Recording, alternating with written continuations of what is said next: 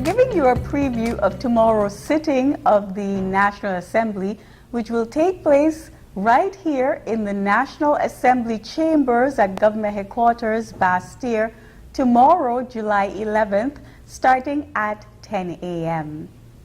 So, as you well know the format of the National Assembly, there will be the usual statements by the ministers as well as personal explanations. But significantly tomorrow, Prime Minister the Honourable Timothy Harris will, in his capacity as the minister responsible for finance, will seek leave to introduce and have read for the first time the Public Accounts Committee bill. As you are aware, the Public Accounts Committee is responsible for overseeing government expenditure, and one of its responsibilities will be to examine the report of the Director of Audit that is tabled in the National Assembly. Back on May 23rd, Prime Minister Harris addressed the nation during the sitting of the National Assembly, and he mentioned that he had written to the Leader of the Opposition, giving him the privilege to nominate 2 members of this committee. One of those, interestingly, one of those members will actually serve as the chair of the Public Accounts Committee going forward, which I think is something very commendable on behalf of the government. That is amazing. So it's a 5-member committee. 3 members have already been identified by the government. And back on May 23rd, Prime Minister Harris said that he had given the Leader of the Opposition the privilege to nominate 2 members, including the chairperson of this Public Accounts Committee. You know, it's quite commendable. It is actually quite commendable, and something that the public should know is that the government was under no legal obligation to give this privilege to the Leader of the Opposition. So it is very quite commendable by the government. People have walked up to me on the street and expressed that this was quite a generous approach taken by the Team Unity government. And I think it demonstrates their good governance agenda. That they have been preaching and they have been rolling out since taking office in 2015. So, Kailoni, you spoke with the Speaker of the National Assembly, the Honourable A. Michael Perkins, yes, I did, yes. The day after Prime Minister Harris addressed the National Assembly back on May 23rd.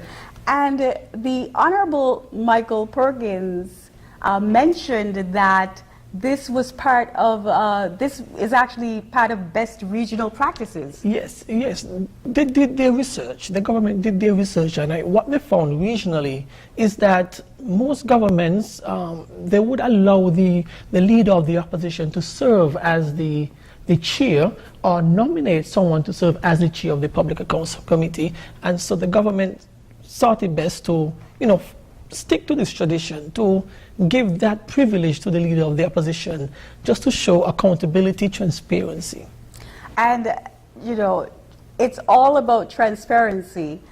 Amazingly, there is no record of a functioning Public Accounts Committee in St. Kitts-Nevis. In fact, when Prime Minister Harris addressed the National Assembly and the nation back on May 23rd, he said, quote, "In fact, the clerk of the Parliament has been unable to find or recall any Public Accounts Committee report that has been submitted to the National Assembly."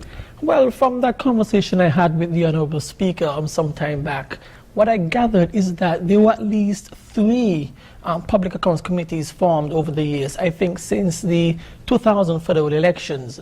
But for some reason there is no record whatsoever of any meetings being held of a Public Accounts Committee, so there's no framework that the government can look back on and say this is how a Public Accounts Committee should be formed. So the Speaker also spoke with you about the steps that they are taking to ensure that there is a functioning Public Accounts Committee going forward? Talk about that. What the government did is they looked around the region, they looked at countries where functioning public accounts committees are, and they've studied these committees, and now they're going to come back and adopt some of those measures right here in St. Kitts-Nevis so that we can have something concrete going forward for St. Kitts-Nevis. That is the key word there, concrete. The Public Accounts Committee has actually been established under Section 70, subsection 1 of the Standing Orders. And it's astounding that there has not been a functioning Public Accounts Committee. Very surprising, very surprising. Thank you, Kailoni.